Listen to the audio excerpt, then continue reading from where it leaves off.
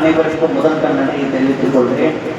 இந்த கவியரங்கத்தினுடைய நடுவர் நாதன் ரகுநாதன் அவர்களுக்கும் மனதார நன்றியை தெரிவித்துக் கொண்டு எனக்கு கொடுக்கப்பட்ட தலைப்பு நூலகமே அறிவின் நுழைவாயில். நூலகமே அறிவின் நுழைவாயில். நூலகமே அறிவின் நுழைவாயில். நூலகமே அறிவின் திருக்கோவில். நூலகமே அறிவின் நுழைவாயில். நூலகமே அறிவின் திருக்கோயில். நூல்களே மனிதனின் படைப்பாகிறது. நூல்களே மனிதனின் படைப்பாகிறது. நூல்களே அறிஞர்களை உருவாக்குகிறது.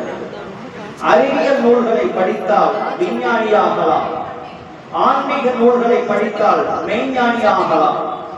வரலாறு நூல்களை படித்தால் வாழ்வியலை உணரலாம். மருத்துவ நூல்களை படித்தால் மருத்துவர் ஆகலாம். அரசியல் சட்டம் படித்தால் ஆட்சி செய்யலாம். அறநெறி நூல்களை படித்தால் வாழ்வில் உயரலாம். தொழில்முறை நூல்களை படித்தால் தொழில் செய்யலாம்.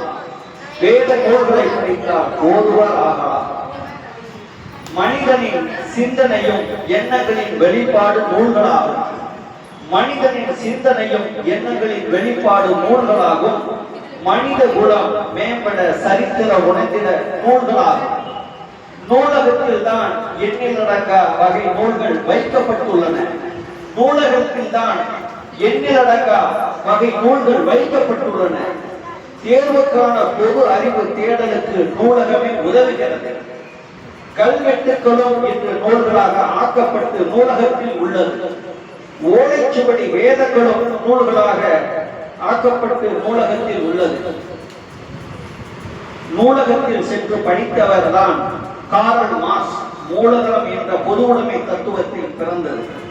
நூலகத்தில் படித்த அறிஞர் அண்ணாதான் சாமானியனும் ஆட்சி செய்ய முடியும் என்று நிரூபித்தார். பல நூல்களை வாசித்தவர்கள் வாசகர்களாகி பல நூல்களின் விமர்சகர்களாக பேச்சாளராக உள்ளார்கள். பல நூல்களை உணர்ந்து படித்தவர்கள் தனக்குள் புதிய படைப்பு நூல்களை உருவாக்குகிறார்கள். குழந்தை கல்வி முதல் பட்ட படிப்பு வரை உள்ள அனைத்து கல்விகளும் நூல்களை கொடுக்கிறது. குழந்தை கல்வி முதல் பட்ட படிப்பு வரை உள்ள அனைத்து கல்விகளும் நூல்களை கொடுக்கிறது. குற்றமற்ற மனிதராக வாழ்வதற்கு சட்ட நீதித்துறை நூல்களை நம்மை வழி நடத்துகிறது. நூலகமே பல கல்வியாளர்களை உருவாக்குகிறது. நூலகமே பல ஆராய்ச்சியாளர்களை உருவாக்குகிறது. நூலகமே பல தொழில் வல்லுநர்களை உருவாக்குகிறது. நூலகமே பல ஆட்சியாளர்களை உருவாக்குகிறது. நூலகமே அறிவின் நுழைவாயில். நூலகமே அறிவின் நுழைவாயில். நூலகமே அறிவின் திருக்கோவில்.